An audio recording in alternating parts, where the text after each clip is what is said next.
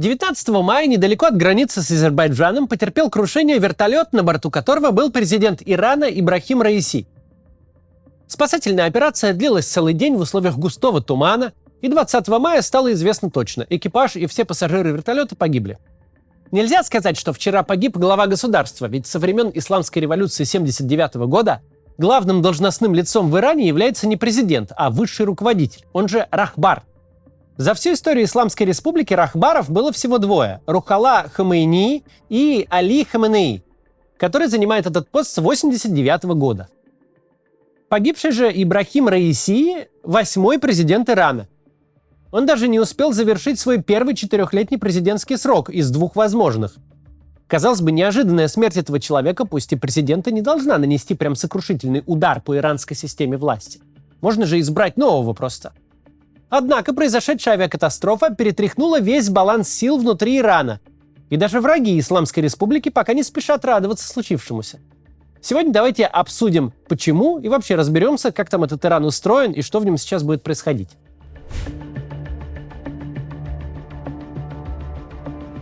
Президент Ибрахим Раиси был не просто вторым лицом в Исламской республике после верховного руководителя Ирана Али Хаменеи. Раиси был его преемником. Иран представляет собой очень несвободное религиозное государство. Но это не персоналистская диктатура. По самой своей архитектуре режим аятолл радикально отличается от известной нам путинской системы. У Владимира Путина не может быть никакого заранее известного преемника. Выстроенная им система власти заточена под него лично и целиком на нем одном и держится. Сам российский президент никак не указывает на своего потенциального последователя и пресекает любые дискуссии на этот счет. В том числе за тем, чтобы никто не переметнулся и заранее не присягнул наследнику. А вот в Иране, в режиме аятолл, тут сам прямо этот термин, режим аятолл, указывает на некоторую коллегиальность во власти. Даже рахбар, высший руководитель Ирана, обязан учитывать интересы разных групп внутри иранской политической элиты. Рахбар должен думать, что он оставит после себя. Ведь с физической кончиной рахбара режим аятолл не должен закончиться. Вопрос, кто будет после Али Хаменеи, не просто легальный в Иране, но вопрос очень насущный, ведь нынешнему рахбару месяц назад исполнилось 85 лет. Определить преемника, подготовить его к должности было важнейшей обязанностью Хаменеи.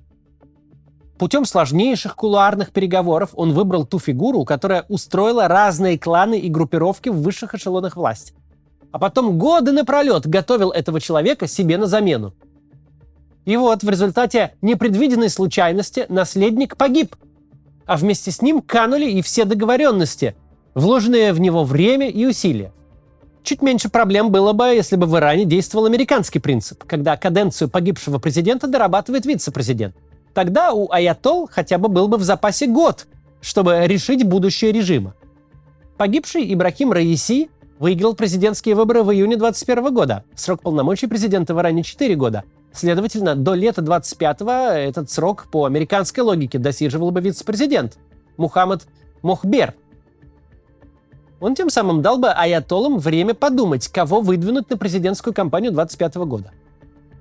Однако, согласно Конституции Ирана, в случае гибели президента не позднее, чем через 50 дней должны быть проведены новые выборы.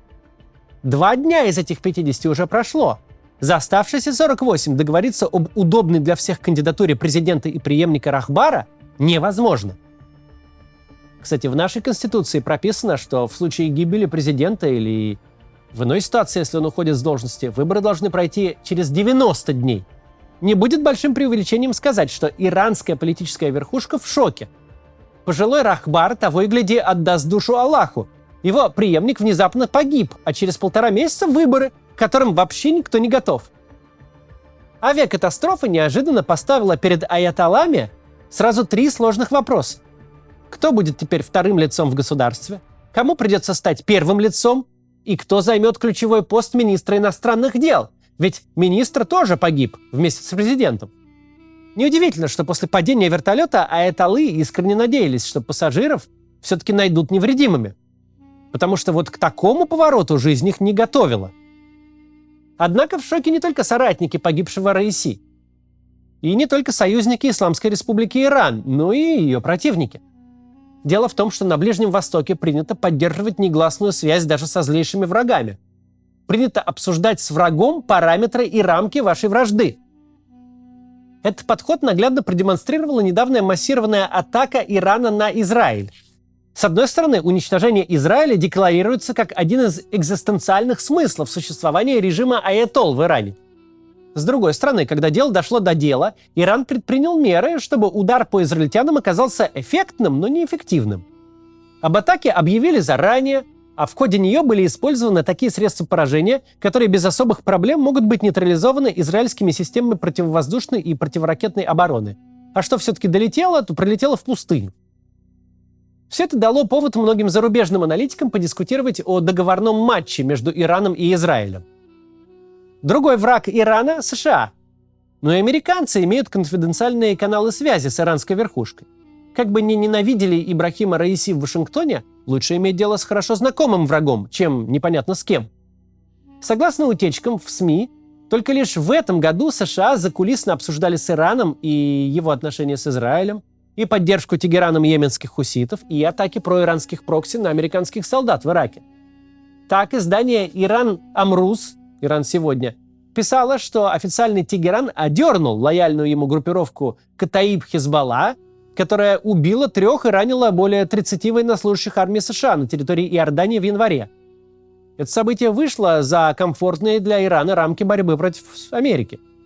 Да, конечно, Соединенные Штаты – это смертный враг, но ведь и меру надо знать, не убивать же солдат просто так.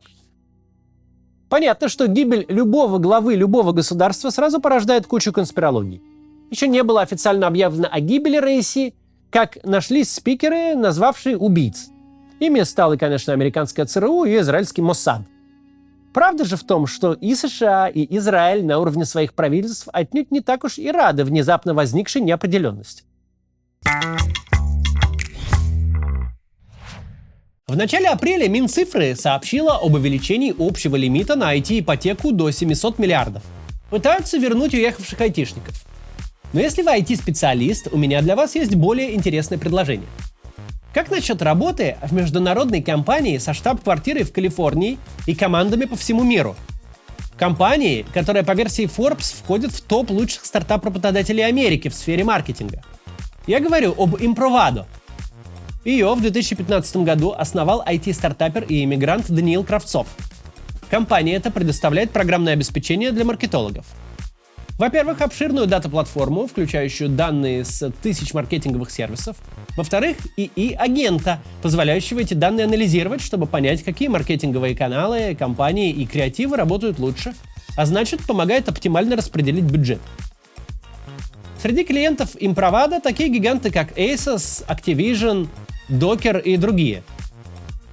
А общий объем инвестированных в компанию средств составляет $34 миллиона. Компании нужны IT-специалисты разного профиля. Всего вакансий около 10. Нужны и специалисты по работе с клиентами с опытом в маркетинге, и аналитики, программисты и CTO. Подробный список с требованиями в описании. Компания готова помочь с релокацией в Латинскую Америку, Уругвай, Аргентину или Мексику. А если вы всегда мечтали работать в компании на переднем крае ИИ-технологии, то Improvato точно ваш выбор. В Improvato работают топ-специалисты рынка, бывшие сотрудники Google, DeepMind, Oracle, Яндекс и Сбер. Общение все на английском, но если он у вас подкачал, тиммейтам готовы помочь в изучении языка. Работать можно из любой локации, а зарплату получать в долларах или крипте, как пожелаете. Если захотите зарегистрировать юрлицо или банковский счет открыть, вам также помогут. Переходите по ссылке в описании и оставляйте отклик на вакансию Improvato.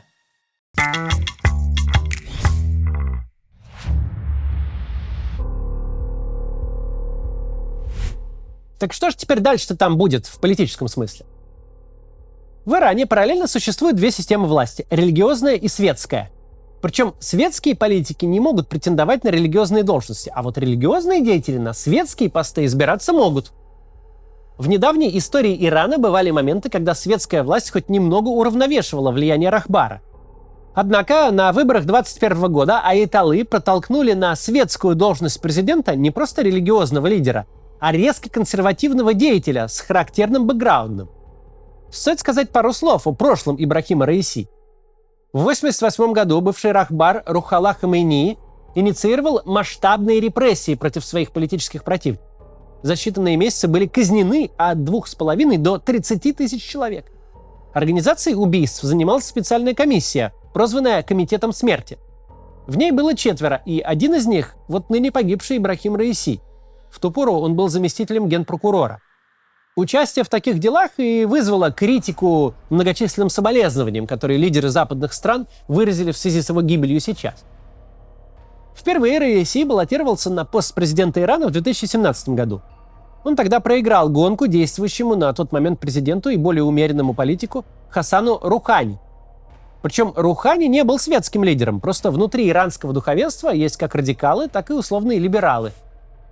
Радикал Раиси стал президентом со второй попытки в 2021 году, когда Рухани уже по конституции не мог идти на новый срок. А других более-менее умеренных и либеральных политиков до избирательной кампании просто не допустили. После этого оппозиционно настроенные граждане в основном приняли решение бойкотировать выборы. Расстановка сил в Иране, казалось бы, тогда обрела свой законченный вид. И на должности Рахбара, и на посту президента исламские ультраконсерваторы. Причем первый готовят второго в преемнике. Что будет с балансом сил после авиакатастрофы, никто не знает теперь. Режиму аятолл сейчас вовсе не упал политический кризис. Слишком свежа память о широкомасштабных уличных и институтских протестах 22-23 годов после гибели Махсы Амини. Об этих событиях у нас было отдельное видео. Меньше месяца назад за участие в протестах приговорили к смерти иранского рэпера Тоумаджа Салихи. Для нового поколения иранцев, как и для прогрессивной части общества из крупнейших городов, Салихи не просто рэп-исполнитель, а человек, выражающий их настроение, свободный голос людей. Приговор еще не приведен в исполнение, а учитывая новые обстоятельства и случайно возникшую политическую турбулентность, смерть рэпера может спровоцировать новые волнения. Добавим к этому товарный дефицит и продолжающиеся акции гражданского неповиновения со стороны женщин. Новый политический протест произошел совсем недавно, 11 мая, во время довыборов в парламент Ирана.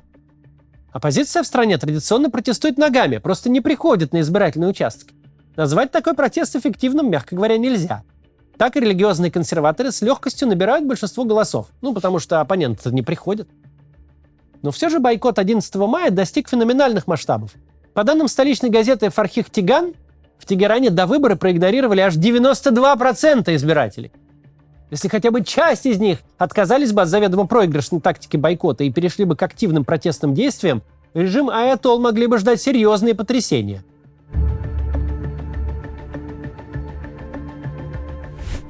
Смерть потенциального преемника высшего руководителя страны – штука неприятная для любого политического режима. Смерть такого человека неизбежно ведет к переделу властного ресурса, к войне властных кланов, к внутренней нестабильности. Но важно понимать вот какую штуку. Иран – редчайший пример не персональной, а институциональной автократии. Там все завязано не на конкретных людях, а на две вертикали – политико-идеологическую, под контролем религиозных деятелей, и рационально-бюрократическую, правительство, возглавляемое избранным президентом. Обе вертикали дожили до наших дней со времен Исламской революции.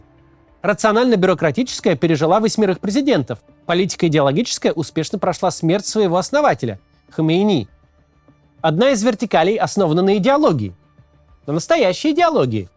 Прямые наследники Исламской революции – это вам не верхушка РПЦ. Они действительно во что-то верят и руководствуются не только мотивами личного обогащения. Им важно сохранить режим в его фундаменталистском виде. Вторая же вертикаль основана на процедуре выборов. Одни начальники сменяют других. В этом и есть уникальность иранского режима. Весь объем власти в нем не сосредоточен в одних руках, а значит, он не рухнет в момент, когда эти руки разожмутся по естественным причинам. Грозит ли Ирану политический кризис? Грозит. Но для системы, основанной на институтах, политический кризис – это не равно политический коллапс. Вот в развитых демократиях вообще чуть ли не каждый день кризис. То бюджет принять не могут, то президента посадят. Но это не разносит всю государственную систему в щепки. Политический кризис для демократии – совершенно нормальный этап политического развития. В Иране, конечно, все сложнее. Однако совершенно некорректно сравнивать Иран с Россией. Путин разрушил все институты, он врос в систему, стал ее жизненно важным органом. Вытащи Путина, система прекратит свое существование, никакого Путина-2 в ней быть не может. А вот погиб Хаминеи-2, явный принц, наследник престола Рахбара, политической системе Ирана придется быстро и напряженно соображать, кем занять его место, ведь 85-летний нынешний руководитель не вечен. И иранский режим не демократия. Он стоит на бесчеловечных принципах и держится вопреки желанию и интересам большинства иранских граждан.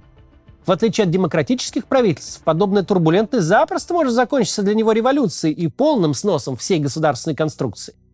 Но произойдет это совсем не гарантированно. У иранских чиновников, в отличие от российских, есть два очень важных преимущества. Во-первых, официальный преемник в их системе в принципе возможен.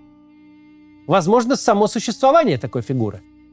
Во-вторых, какой бы властью не был наделен верховный правитель Ирана, в его руках не вся власть.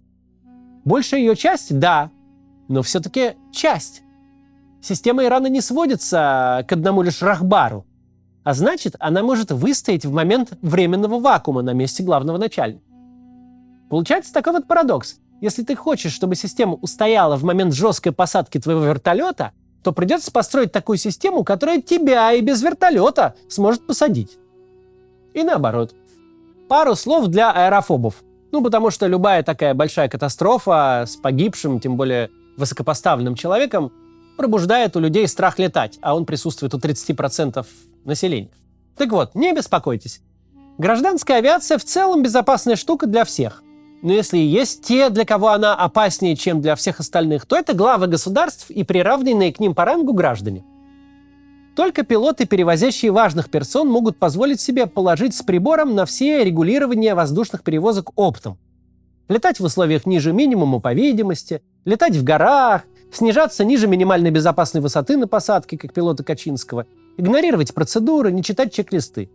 Все то, за что обычного пилота уже трижды лишили бы лицензии, перевозчики ВИПов могут творить сколько угодно, ведь единственный начальник, чьи инструкции имеют для них значение, сидит у них за спиной. Когда решение принимает не пилот, а пассажир, а задача людей за штурвалом просто выполнять их любой ценой, это очень опасная ситуация. Поэтому главы государств гибнут в авиакатастрофах намного чаще, чем обычные граждане. Тем более, эта ситуация становится опасной, когда большого ВИПа из страны, сидящей под глухими санкциями десятилетиями, везут на пожилом американском вертолете. Короче говоря, если вы небольшой начальник в стране-изгое, если ваш вертолет не обслуживается добытыми на черном рынке запчастями, если пилот не вынужден обслуживать все ваши хотелки, то летайте себе спокойно. А вот если вы довели свою страну до такого состояния, что никто уже за давностью лет не знает, на каких пластырях и суперклее держится президентский вертолет, то все равно спокойно летайте. Общество только выиграет. До завтра.